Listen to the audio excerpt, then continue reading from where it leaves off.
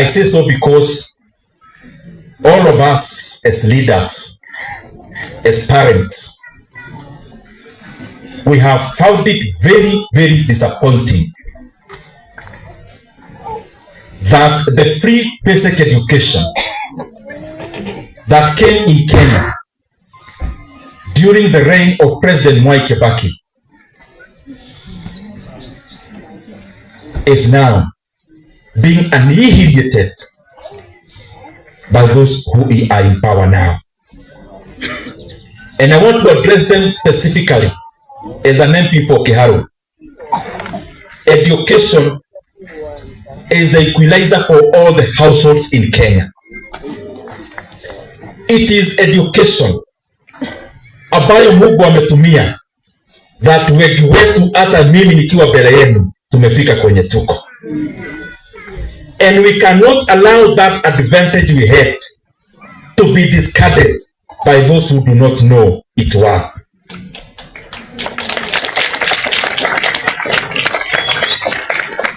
Free basic education is a right for every school-going child in Kenya.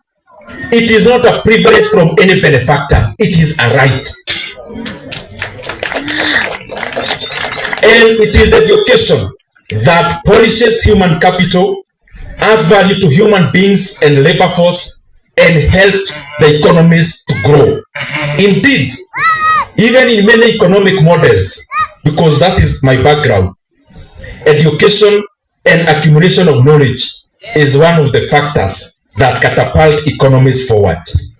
And therefore, for no avoidance of doubt, we are not going to allow anyone to play around with free basic education.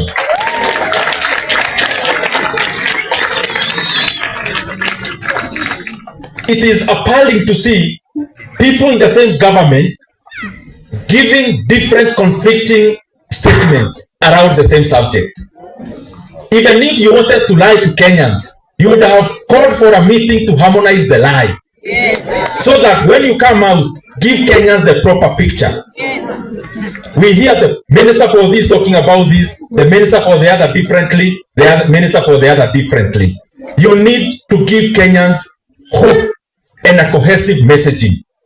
And what we are asking is this: 22,000 as capitation is not a figure that came from the air and fell in schools. It was out of analysis done on the issues that capitation supports in a school. And therefore, we must not be discussing about whether to go down from 22,000.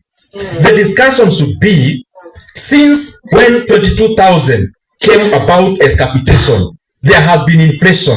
We should be talking about increasing capitation from 22,000 upwards. Capitation for primary schools is the same figure that President Mwai Kibaki was giving decades ago. Yet there has been inflation. There has been changes in pricing. The discussion in the country should not be about whether to do away with it. It should be about how much money are we adding to capitation in primary schools, in JS and senior secondary schools. And I want to request those who are in power now, when you are in government, you do not promise, you do. When you have authority from Kenyans, your work is to do. Your work is to say, we are going to do. Because I saw now, after realizing the Kenyan parents are very angry, now the government is trying to come and absolve themselves. And they're saying they support free basic education. Then what you are telling you is this: don't tell us, just send the money. And a tip, ile pesa ambayo most of these principals, let me tell you parents, they run these schools like insurance companies. Ile unachukua policy ya huyu unalipa yule. Majority of the schools in Kenya, and I'm saying so because I have interacted with many principals, and especially because of Kiharu Masomo Bora, have many debts owing to unremitted capitation that the government has not sent to the schools for the last several periods. Tunawauliza kwa heshima, shule zimeweka budget yao wakitumia 22,000. Tafadhali, even the arrears that are there, pay the schools so that the schools can pay the suppliers. Principals wetu waache kujificha wakitoka shule.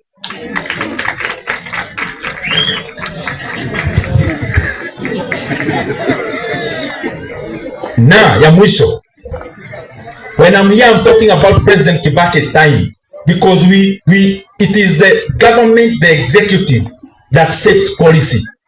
You know, now I have seen now the usual circus of blame games. Oh, it's this, it's that, it's the other. When we talk about free basic education, we talk about the government then. So the government cannot shift the blame to any other institution. It is the government that sets policy.